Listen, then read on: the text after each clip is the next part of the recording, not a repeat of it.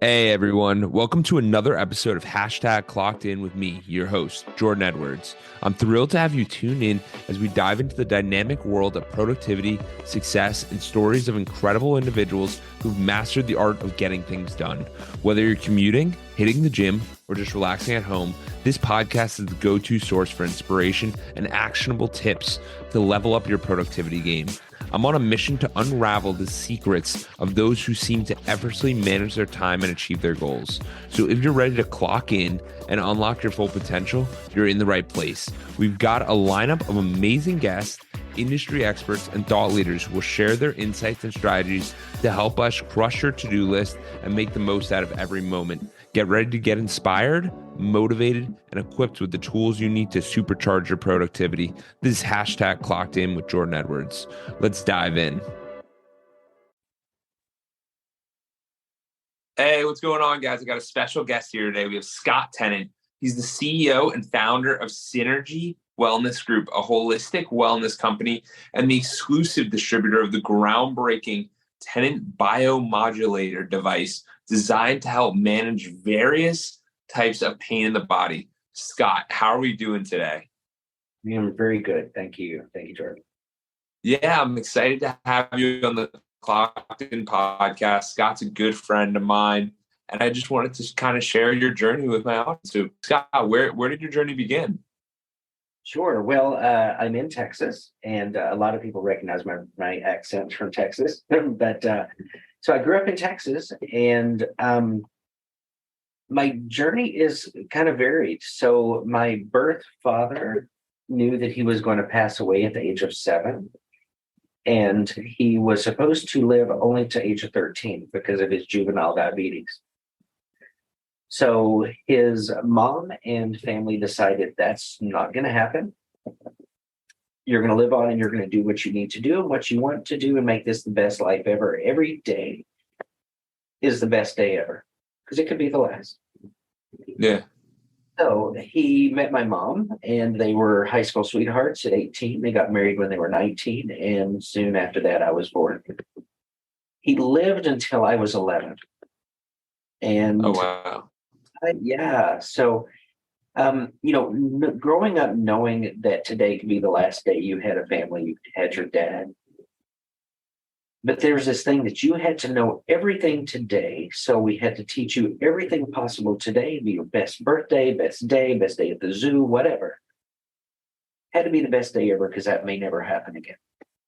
Oh, wow. So that kind of adds a different little cut on your life because, a little bit, it was a little freaky knowing that, everything could end and it gives you a little bit of stress as an 8-year-old, 9-year-old, 10-year-old. But it was also a gift when you look back because it teaches you how to look at life a little different. So he passed away. My mom married my stepdad that I call my dad, Dr. Jerry Tennant, when I was 14. Wow. Yeah. I appreciate you sharing that. And I'm sorry to hear about your loss because the thing is, most of us take time for granted. But when we view it as a scarce idea, it's like when people go on vacation, they're like, I got to make the most of this day because it's scarce. Yeah. And for you to live your life like that, it's incredible. It changes you. It allows you to live multiple lives. It does. And so I like to say I was raised basically as an adult. I did adult things. I've been to the Playboy Club when I was like 8. I met the Brat Pack at concerts because they'd come out and hang out with the 8-year-old because it was a little different back then. They had dinner in the round. They had a round theater stage in the middle, and you had dinner around it. They'd do 2 shows a night, and were very personal, like almost an old Vegas type of thing. They had it in all the big cities. So, of course, a singer would come out and talk to me, right? You're 8, like, hi, how are you? Here, I'm like, you're Frank Sinatra. Here to see you, but that I definitely remember as being like 6, 7, 8. I would go to that with friends at conventions and stuff, would go to the zoo with all the other kids. So after that, we'd go to the dance clubs and I would dance with my dad's business partners' wives and So I was like at bars at 2 a.m., It was crazy. I was places that, it's like me and Brooke Shields and people, it's like that's the kind of life I had, that I got to see things before anybody else. Yeah. So when my stepdad, Jerry, when he married my mom, he came in and said, you don't have to be an adult anymore. You can be a kid now. Oh, wow. I'm not going to replace your dad. I had a car, a driver's license, a credit card at 14, and a driver's license, and a trust account. Yes. Yeah. Wow. You can relax. You can relax. He said, I'm not going to replace your dad. I'm going to enhance your dad. Your dad did an awesome job. But now you get to make some mistakes because I'm your dad. I'm going to handle this for you. You don't have to think, tomorrow's not going to be the end. Yeah. But you can do everything you want to do, just like what my dad said. So I said, okay, I get it. So that kind of started my life, and him being a doctor and world renowned. He did some of the first outpatient eye surgery ever. And wow. I got to see that. And I got to see these miracles happen because you take the patch off the next day after you took cataract surgery off, and they were blind yesterday. Oh, wow. I take the patch off at 14 during the summer, and I'm the first person they see. I'm like, this is what medicine should be like. They were blind. I met them yesterday when they couldn't see anything or much at all. Yeah. Yeah. Take the patch off, and they go, hey, you're wearing a black hat. Wow. That was the first thing they saw again. And so we went along for a while, and that was in the 80s. But in 96, my stepdad came in and he said, I need to retire today. Oh, shit. Today could be the last day, right? Yeah. All so you were showed up. Oh, I'm like, today? He's like, I'm not well. And the doctor said, you need to retire today. Oh, wow. I was running the office. We had a study going with the FDA for a laser that became LASIK eye surgery to get rid of glasses. And we had surgery scheduled tomorrow, and he left. So everybody walked out, but the two main technician and a nurse and myself. Really? All the other got their purses and left. Wow. And we have to call the patients, tell them, can't do your surgery tomorrow. Dr. Tennant retired. That's a profound moment. I mean, because you're literally sitting there, and these are people who've been with you for years and years and years, and they don't believe that the ship can be righted. Yeah. Yeah. And, our patients have always been our family because you get to know them, right? Of course. I would say, I can't help you tomorrow. But, yeah. I had to go find another job. My dad's having to go into medical treatment. The doctors were saying, we don't know what's wrong with you. Yeah. And they told him, they said, we can give you steroids and you're going to look awesome. Because he was starting to, get gaunt and funny. He had 32 viruses that had gone up his nose through the mask. Oh, wow. And his body was basically turning on itself. He made no platelets. So they said, well, if we give you steroids, you're going to plump up and you'll look awesome. I heard, while you die. Yeah. Coming from the past, today could be the best day and the last of course. Day. We're going to make you look awesome. We don't know what. So we went through 6 years of him trying to figure out what's going on. And then finally he came in and he said, I figured it out. Yeah. It's Western medicine treats, sick care. They treat you when you're sick, not well. Yeah. I'm sick. Figure out what the root cause is. It made me sick. That's how you fix it. Not the symptoms, not steroids to make you look awesome. So he went back into history and he looked at everything that was used in the past and currently to heal people. Wow. And he said, Yeah. He said, it's got to be more on the natural side, right? Because, drugs, there's no new drug right now being created for this. They don't even know what this is. So he started looking at things and he found out that the body is voltage and that when you're sick, your voltage goes down, like your car battery discharges and you turn it on, it goes click, click, click.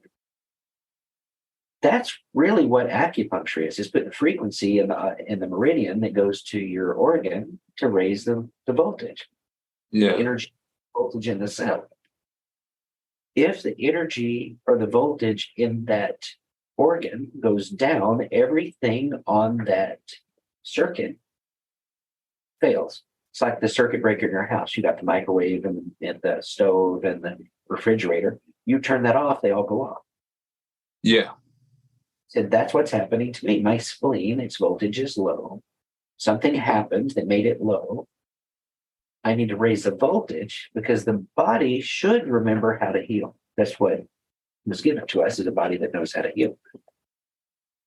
And sure enough, he raised the voltage with frequencies that were aimed at his spleen. And sure enough, his platelets started to go up. Oh my. And this is so profound because when you sit there and think about it, you have to change the way of thinking. So if your dad didn't have that change where he goes, I just want to get better, instead he goes, we have to cure for wellness, not sickness, then he never would have had this change of thought and this change of ideas and perspectives. Huge. Absolutely true. And so he said, now we need to take these frequencies, come up with one with the heart and the brain, the all the different organs, put that in a machine that puts it in your body. Yeah. Well, and if you look at that, you can do everything you want to do, like my birth dad and my current stepdad thinks, is there's always a solution. You just find the answer, fix it. That's what he thought. So we put it in a machine and we create it. That's the biomodulator. So really what we do is we heal people when others can't. Wow. Yeah. And that's where we found people like Tony Robbins. He will tell you he's come here, to help. Absolutely. So Scott, you're sitting here seeing what this machine did for your dad. What are your thoughts in regard to, should I just tell everyone I know about this? Because it's a tough situation. It's like we know something and most people are like, so what, who approved, who did what, how does this work? So how was that experience for you? When we began, which was 24 years ago, it was not real friendly into the natural medicine route. It was definitely a little precarious. They would try to take away your medical license if you talked about, well, you need to take vitamin C for a cold. They'd say, no, you need to take a flu shot. Yeah. And that's pretty obvious that they would talk about that. You would ask questions like, should I change my diet? They're like, if you want to, but you get everything you need in food. You don't have to supplement. That's not true. We all know as a human, our food doesn't have the same nutrients as it did 100, 200, 300 years ago. Yeah. When they would tell you even 23 years ago, your food is all you need. Yeah. You didn't have to eat.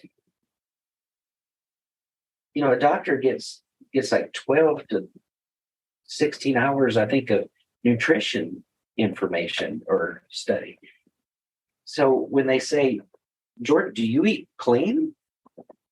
You're going to go, yeah, pretty much. They're going to go, awesome, do more of that. Well, you might say, that's well, so vague. Yes, because you may be thinking, well, I used to eat all the bread and all the French fries on my Chick-fil-A sandwich that was fried. So now I get the grilled one. I eat pretty clean.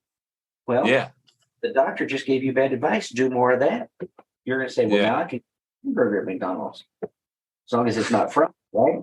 So I'm going to get well. I'm doing well. I'm getting everything I need for my food. No, you're not. Yeah. So what they think they hear, what they say, and what you hear are completely different things. Yeah. What should say, here is a diet I recommend. the pyramid we saw, the food pyramid, is upside down. It was designed to feed the grain producers of America in a bad time. It really should be turned upside down. Yeah. The meat and the vegetables should be at the top of the list, the things you eat the most of, and the bread and grain should be at the bottom, the things you eat the least of. Yeah. But it was down to make money for the farmers in the Midwest. Wow. And these are the things that are very interesting. And Scott, this is why I wanted to have you on, because you're providing a perspective that's very different than the conventional, I eat clean. No one even knows what that means. They don't. And they assume, or do they, that what you're hearing is real. Because if you look at sick med, when do I as a doctor make money off of you? When you're sick. Yeah. So I'd like you to be sick as much as possible. pretty much create your business, right? You're a business person. I need patience. Yeah. Do more of that. Oh, you misunderstood me? Sorry. And I'm not saying that's a bad thing. Could that be something that I like to say that I'm not trapped in the ignorance of your brilliance. Could it be, because you've been in some of the same classes I have, could it be what people think is I have to survive in my business? That's completely different than what I need to do for my product. Yeah. Is your product giving somebody what they need? Keeping you well actually will get me free marketing. Right? If you just look at how you shifted things slightly, if I give you everything you need that I'm charging you for, you're going to tell everybody that I'm a god. Yeah. If I don't get you well, then they're going to go, well, I thought my doctor was awesome, but I'm going to stick with him because that's what I do is you go to the doctor. Yeah. Well, if he's treating over here and he should be over here, it's your choice to go, I don't understand what you're saying, and I'm going to question you and say, I think I need to eat more fruits and vegetables. Is that true, doctor? He'll probably say, that's what I said. That's not what you said. So you're offering the paradigm shift of it's very, very close. And instead of a doctor being like, hey, just give me the tools to be healthy, and you get referrals on the back end, instead of trying to keep the 8 people you have, keep them sick so they keep coming back to you. If you get them healthy, then yes. And I don't think there's anybody out there that's the evil doctor. That specifically, yeah. I think it's that you do a business and you do what you were taught, which I have a pill for that. Yeah. A shot for that. I got you when you get sick. So out of the perceived, what am I supposed to do? They're doing their job. Is it something you need, or are they giving you what you need? Yeah. It's correct information. Not everybody needs to buy Cheetos. I don't know anybody that really needs to buy Cheetos, but it's a great product, but they didn't go into it saying, I'm going to harm you. They thought people want things and savory and awesomeness. And 100%. then you live on it. So not my problem. 100%. So you had a different perspective of looking at wellness first. And then you mentioned earlier that Tony Robbins came to you guys. What happened with that situation? So he was just not feeling well. And, basically people, as they do, said, I don't know. I don't know what to do. We've tried stuff and you're sick. Yeah. Well, a smart person is going to say, that's not a good answer for me. That's not a good answer for me. There's an answer out there. So I have the Google. I like to make a joke of that, but you start looking, going, what is it that I have that's this? And they found some videos of my dad, and Tony's wife used to be an acupuncturist. So she heard some stuff. She's like, that's an answer. That's an answer that's different than we don't know what to do for you. Yeah.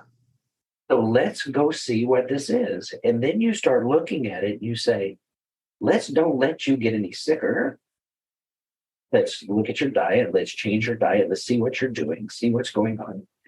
And this is with any patient, doesn't matter who it is. Don't get any sicker. Here's the things you have control over. You put the mask on, or you put it on somebody else. Care for the caregiver. Now take care of yourself. Stop putting in bad stuff that harms you. And then find things that help you. It's quite simple. When you look at that, we don't say eat cleaner or eat more clean or eat more what you already say you eat. No, what do you eat? Yeah. What do you eat? Here's what we suggest for your blood type, for your body type, whatever.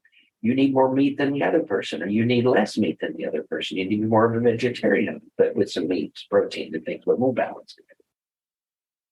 You look at that, so they're saying everybody needs to eat that thing that we all learned, that, food triangle. No, forget that thing. Then we say, what side effects are you getting from the medications you're on? Yeah. That leads things. We look at all their symptoms. They come in for one thing, look at all their symptoms. What's going on? Yeah. Put those things together and you start to stack them up into the organs that's affected by. Okay. So you'll say, these are in your heart, these are in your lungs, these are in your spleen, this is in your gallbladder, this is in your brain.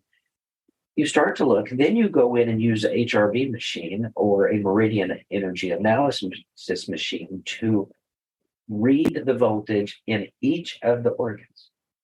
Yeah. Voltage is low, and then all your symptoms are stacked on that. That's pretty much telling you, like my dad, your spleen is not working. You're not making platelets. And here are the symptoms you have that are associated with not making platelets in your spleen. Yeah.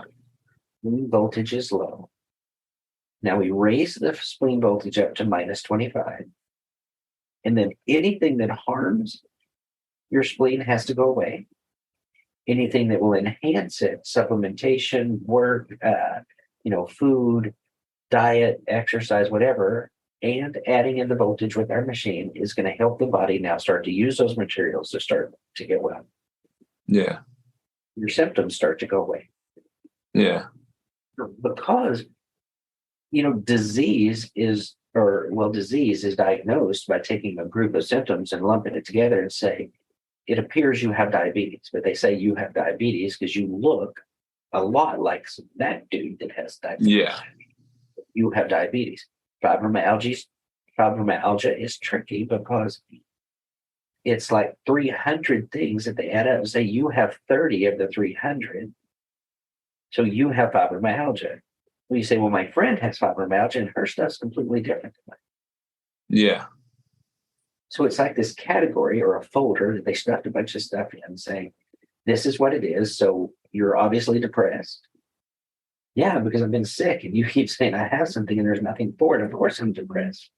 So we're going to give you antidepressants. We're going to say lose weight, because most people that have fibromyalgia, they have no pain control. They ache, they hurt, they're tired, they can't move. So what do? They sit and watch TV and eat Cheetos. Back to the Cheetos thing. The Cheetos is feeding the bad stuff. So of course you're overweight. Eat cleaner. Okay, I'll get the baked Cheetos. No, no. And so it's getting the person to think about, what are they choosing? Is it giving you voltage or taking away? So what are some things that provide that voltage in a positive way? Because I know I'm sitting here and I'm like, does my food provide voltage? I don't know. So what are some of the voltage foods or voltage activities or? Sure. Taking a walk. When you move your muscles, you're raising your voltage in the whole body. Oh, wow. Fresh air. That's why we turned off some of the air cleaners, because we filter the air out of the rooms. Just to keep all those little particles out. Fresh water that is not in a plastic container if you can, because the phytoestrogen plastic when they get hot. So not bottled water unless it's in glass, preferably. No chlorine or fluoride in your water. For drinking. The reason that is, when you drink it, it goes into your body as an ingested. If you shower in it, then your pores get bigger, and then the chlorine and fluoride go into the pore into your body. Okay. So you're bathing in a chemical every single time and you're ingesting it. So the fresher the water, the better. We have people get whole house water systems, or at least one for your sink that takes it out and remineralizes it. So when you drink it. Oh, wow. So clean water, as clean as you possibly can get, as close to natural. Organic foods definitely are better than foods that are not organic. Yeah. Grass-fed beef is better, and range-fed chickens, those sort of things. Anything that has pesticides on it, not a good idea. A lot of times, colognes and things like that, get rid of them, because a lot of times you're ingesting, what you spray on you from the chemicals and alcohol that's in your colognes. Washing your clothes in more natural things instead of the little pods that you buy that have all kinds of chemicals in it. Use things that are more natural at Whole Foods. Thought is huge. And that's, some of the people we've learned from, are about, you are what you think. Yeah. Actually in the Bible, you are what you are around the most. So when you look at that and how deep that is, if you say, if I think negative things, those are the people that say, Jordan, it always happens to me. Yeah. I'll say, well, you just prescribed it to yourself, because guess what? It's always going to happen to you. Yeah. The people that you talk to, when you say, Jordan, how are you? You say, I am so good. Then you look at it and you say, well, Jordan's always so good. Because what happens is the perspective of what you have when you think I'm all good is actually raising the voltage. And it's actually helping you get more good stuff towards you. It's attracted to you. Where if you say, well, it always happens to me. I had somebody one time tell me, if I bought a lotto ticket, I'd win and I'd owe money. I am that poor. And that bad of luck. And I'm like, wow. And you wonder why you have that bad of luck. Yeah. I mean, there's also the perspectives of like, sometimes like a flight might get canceled and you got the one guy who's like, wow, I lived another day. Thank you. And then the other one who's like, the worst day ever. I didn't get on a flight. And it's nothing's that important. But I mean, it's the two sides to everything, which is how you see the world. Yeah. Yeah. So when we see patients, we go through all that stuff, emotions, traumas you've had in the past. I've been through some, I've shared them. But what I did was I turned the trauma into a positive because I learned from it. Yes. My dad knowing he was going to die was actually a huge blessing, because he gave me the best of himself until the day he died. And the night before he died, he said, today was the best day of my life. Because we had like a little family reunion and we were, doing things, and the kids were out playing, all of us and all the family and family from both sides. And it was just magical. Yeah. Had a heart attack and left. Wow. But see, I can still remember that, because you look at it and go, we knew this day was coming. Yeah. That was the best day of his life. Wow. Yeah. Because he had everything here. It's super important to realize that death is coming for because when you live with that perspective, and I appreciate your vulnerability of sharing all this, because when we go through and we see that life isn't just, hey, you're going to be here forever. It causes you to take more action. It causes you to plan more trips. It causes you to go on more vacations, hang out with those friends, do the things you want to do, and create those beautiful, this is my best day ever for you. Yes. And, the interesting thing is too, and I think this is, a lot of what you're helping people with, is that he was prepared so much that we knew by opening a book everything we needed to do to take care of the next day. Wow. Yep. The insurance covered the house. The house was paid off. The cars were paid off from a policy. Everything was done. My trust account flipped over the next day. So we instantly had the money we needed from the insurance policies and all the monies, which made one phone call. Here's the person you call. Here's what happens. It was like a life manual. What happens when? Yeah. We knew exactly what to do. My mom and I, we knew exactly how to handle it, who to call, who the funeral director was, what we do, who we call, when we call it. It was such a blessing, but you look back and see that was a little OCD in his life. But what he did was he took care of his family. Yeah. And that was probably something that kept him alive a little longer than he would have, because his outlook was, I'm going to make this the best day ever. I got a wife and a kid and a great job and a great family. And today we're having barbecue. And it was that kind of thing. It's like, that is awesome. We're going to the movies. Yeah. Yeah. They've said that longer lives happen with deeper relationships. So when we're able to have these deep relationships in our life and we create these magical moments, it's like, oh, what am I going to do? Of course, I have to be filled with joy and be happy and feel loved and feel accepted, instead of those other feelings of, I feel rejected, I don't feel included, I'm not feeling there. Yeah. It's powerful. So, yes. You were talking about earlier about the guy who says, my plane was canceled. So, in the last 4 years after knowing Tony Robbins, I've traveled a lot. But I've had, I think, 2 planes that were delayed more than 3 hours. And I've had 1 plane that was completely canceled. Wow. But is that happenstance, or is that something that I called into my life? Because everybody else I know, they said traveling is a nightmare. And guess what? It's always a nightmare for them. Yeah. Because they're looking for it. The last time is about 6 or 8 months ago. I was up in the American Airlines lounge, and they said the flight's getting ready to board. So I went downstairs. Right before I got there, they said the flight has been delayed 5 hours. And everybody was like, oh my gosh. And I thought, I have my computer. I'll go right back up to the lounge. I'll order some lunch, and I'll work at the little desk.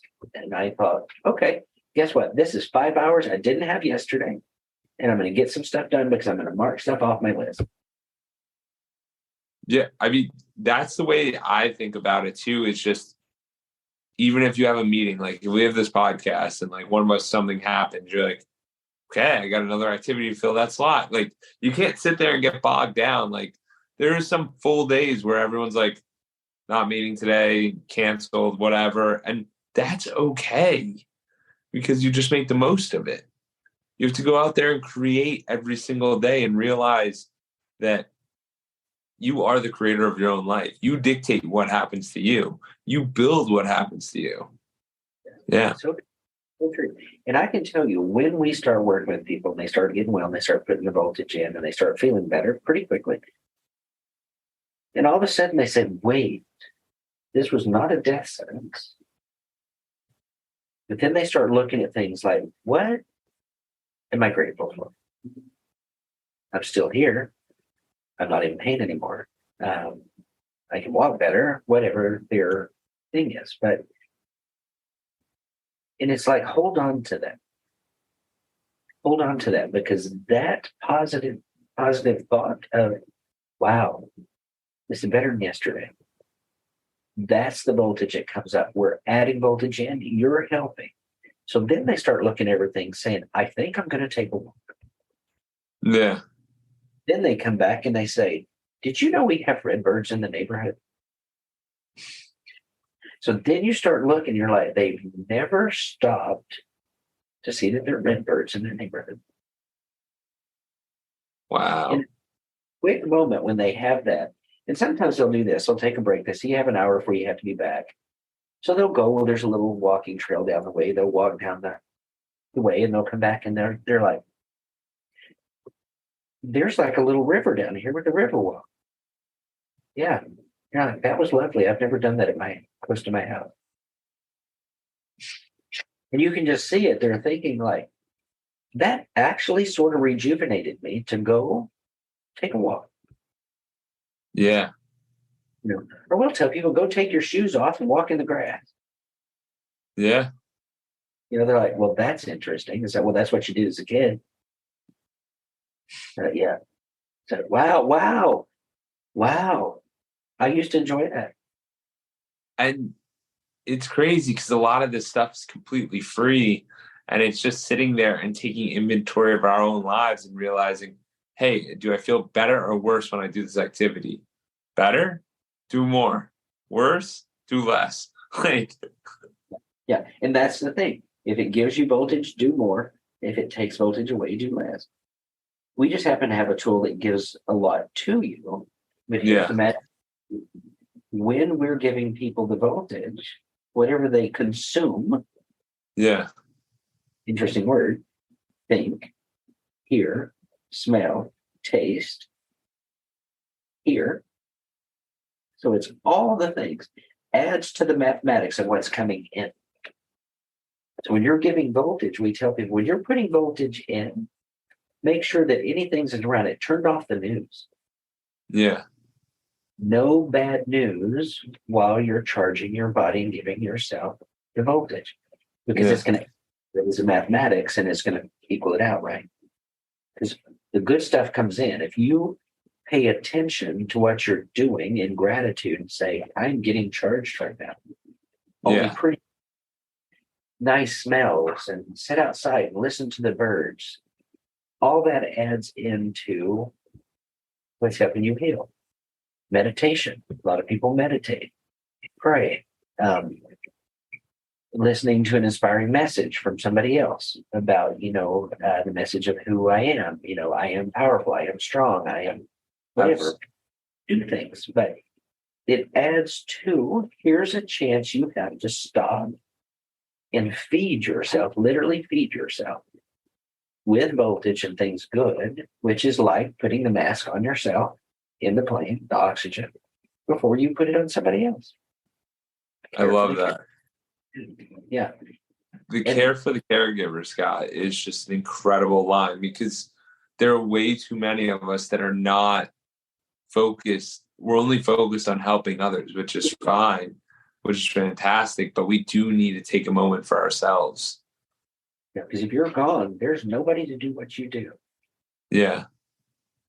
Yeah. Absolutely.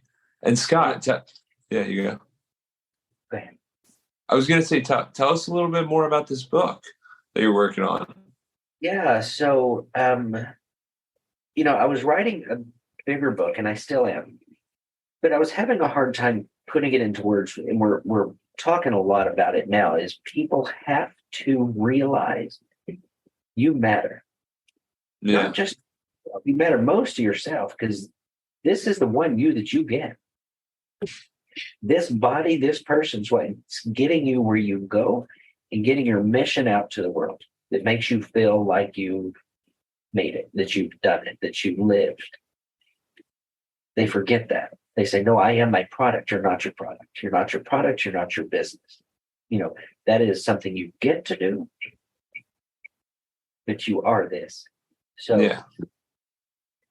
the first book is going to be it's called Mindset Reset.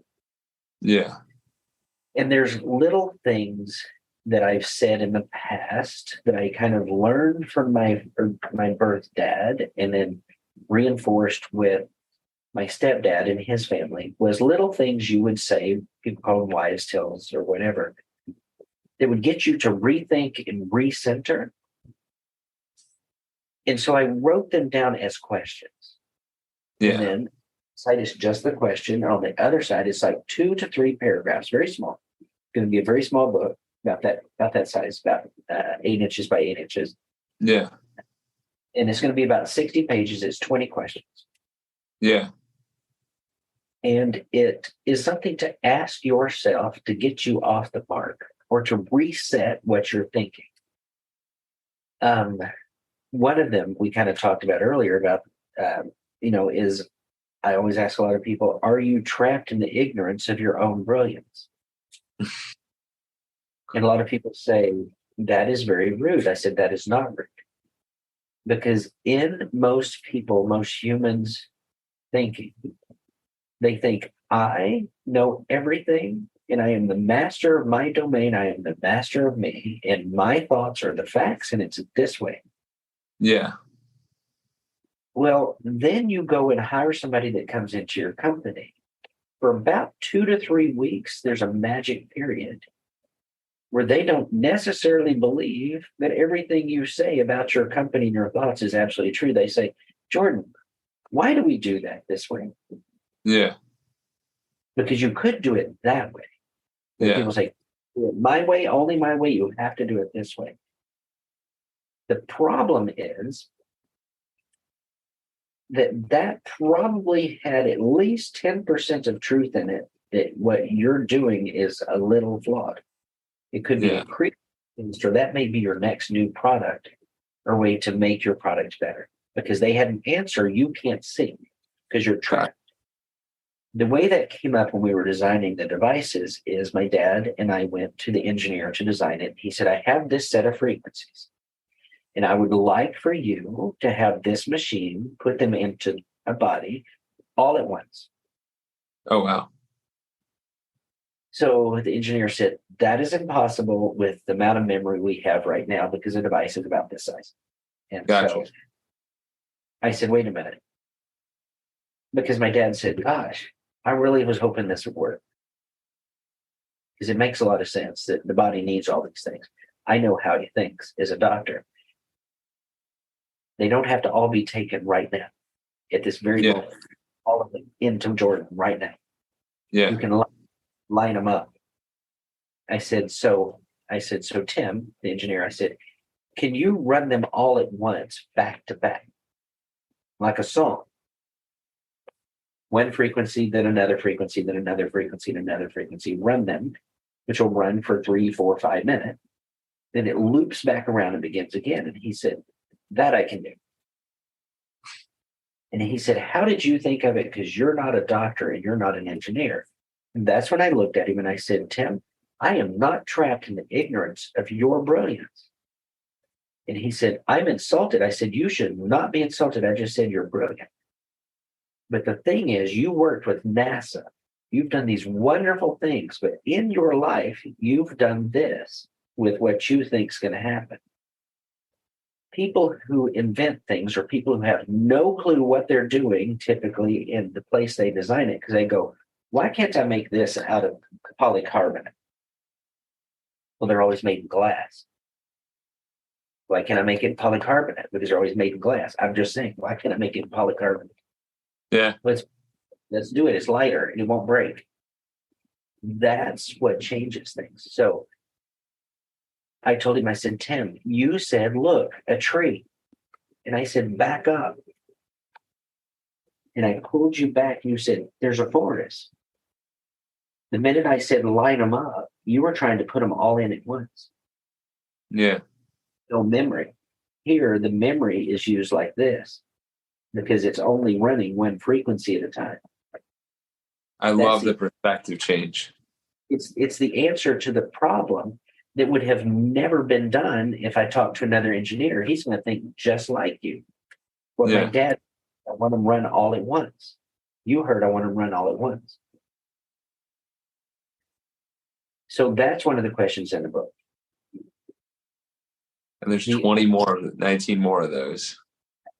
The big one, and we started with the book. It is very small. It'll take you 30 minutes to read. The first one and the last one are the same question. Why not me? So at 14, when my stepdad had that little conversation with me and said, I will not replace your dad. I will enhance him. He did an awesome job getting you to this point because you knew what was coming. And I'm going to help you because I am your dad now. And he said, at 14, make a decision. What do you want to be when you get older? Yeah. Here's your choices: doctor, lawyer, MBA, PhD. Decide. I said, I'm 14 and I don't know. He said, you have to help me here a little bit. You have to pick something so I can start helping you with colleges so we can do the things to get you there. And I said, I can tell you what I want to do. And he said, okay, hit me. I said, I want to drive exotic cars, live in $1 million house, own my own company, and hang around with millionaires and billionaires that change the world. And he said, that's not exactly the way it works. Doctor, lawyer, MBA. And I looked at him and I said, he said, you can't get there without one of those things. And I said, why not me? That was not a question. That was a statement. Why not me? Watch me. Yeah. That's profound. And I did not know that, Jordan, until I met Tony Robbins and I met him in person. As a human, that person. And when he said, life will never be the same when you start to look at how you can use patterns to change your life. And I thought, that wasn't a question. Yeah. So the beginning chapter is, why not me? Have you asked this of yourself? Yeah. There's a lot of, why not me? Which is, oh, poor pitiful me. Why not me? Why can't I win the lotto? He didn't buy a ticket. Yeah. That's the question. So when you buy a lotto ticket, that gets you to why not me? I can win. Yeah. See yourself and decide, I matter. I can make my decisions. I control this. I control my health, my well-being, my finances, everything I do, everybody I know, I control it. The last chapter is, why not me? Exclamation. Yeah. That with some tools, you can set up questions you ask yourself that when you say, I'm going to go do something really stupid. Yeah. You can ask yourself one question. And you ask yourself one of these questions. And it will change where you are. Yeah. And when you change where you are, you make a right decision. Yeah. And, trapped in the ignorance of your brilliant is one. One of the other ones that is really big for people is I hang out with a lot of people that are philanthropists. And Absolutely. they may only be able to give $100. But to them, that's a lot of money. But they look back at it and say, I am a philanthropist. I do care. I gave $100. Yeah. So one of the chapters is, and a lot of them also want to do that, but they also want to teach. They want to go if they give to the library, they want to go teach people to read, but they don't. Yes. So I came up with a chapter that says, it's kind of in the middle. Are you gifted enough to give? But I think when you look at yourself and you see yourself as worthy, Yeah. and you then say, no, it's my duty and it's a privilege to be able to give that $100 and to go to the library and teach people to read. I love that. Yeah. But that's also good positive voltage coming back on you, right? Because in the giving, it is the receiving. Yes. Yes. Because that's it moves one the of the needle. best That's one of the best voltage activities. I love that, Scott. Yeah. And I've noticed that so much, and especially the last year. And it's been 5 years I've really been on this journey of finding, because I want to write the book, but I'm like, what fills it up? Yeah. So the full book is going to be called Why Not Me? Yeah. I love it. Yeah. Yeah. So it goes into, that's also part of the healing, right? Yeah. Because I can tell you when people come to us, they're uncertain because they're sick. Yeah. Conflicting information, or A lot of our people are people who are so sick, their doctors say, I know of nothing else for you. Really? And that is like somebody just punched them in the face. Yeah. And then they come in and they finally decide, no, I'm doing this for myself. I'm finding the answer. Got it. Yeah, because they don't want to lose hope. Yeah. No. Then we have the flip side that we never noticed happen. This is being trapped in our own brilliance. Biohackers. There's a whole group of people who are out there and they say, I'm going to get well before I get sick. I'm not going to be. Yeah. So they're coming to us saying, what's going to get me later? What can you help me find? So we look at their body and we see you're just a little down. Well, guess what? Yeah. That discharging. You charge it up while you're young. You start to change your lifestyle, change your mindset. You're going to be well longer. And that's why, that's why some of the doctors that are in the biohacking world are saying within the next 10 years, if you have enough money, enough time, and enough tenacity and do the right things, you're going to be able to live a healthy 120 years. Wow. There's a lot of people I'm seeing it where they're like, I want to live to 150. I want to live to 140. I want to live long, and like, I'll do whatever it takes. Absolutely. Absolutely. And take a look at, when you look at people in general, you look at them physically and you look at pictures of people that were 50 years old, 50 years ago, they look old. They look old at 30. Yeah. You know, I remember my grandparents at 40 looked like they were ancient. My grandmother already had a cane and a sweater.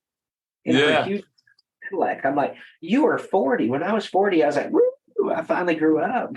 And I was like, oh my gosh. By the time she was 80,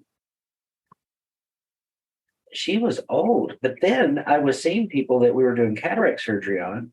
And I had a lady, I'll never forget. She came in and she said, I said, what's your age? So I was doing her exam and she said, you guess. And I looked down and I thought, I'm not going to do this. Very pretty face, full makeup, had on a little tennis outfit with a little short skirt. She said, I'm 93. I just played 2 sets of tennis. What? Right, my grandmother's 80 and she can barely walk up 3 steps. Yeah. And she's 93 and she just played 2 sets of tennis. She said, I'm going to live mindset. Yeah, age is in your head. I love that.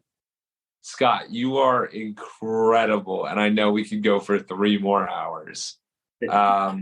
Your team sent me the links, so I'll put all those in the show notes. And I really, really do appreciate the time. And if anyone's interested in hearing more about Scott or reaching out, just click on the show notes and you'll be able to learn more about Synergy and Scott. Thank you. Thank you for reaching the end of the podcast. For that, we'll give you a complimentary coaching session in the link below with Edwards Consulting. Hope to see you there and have a great day and keep clocking in.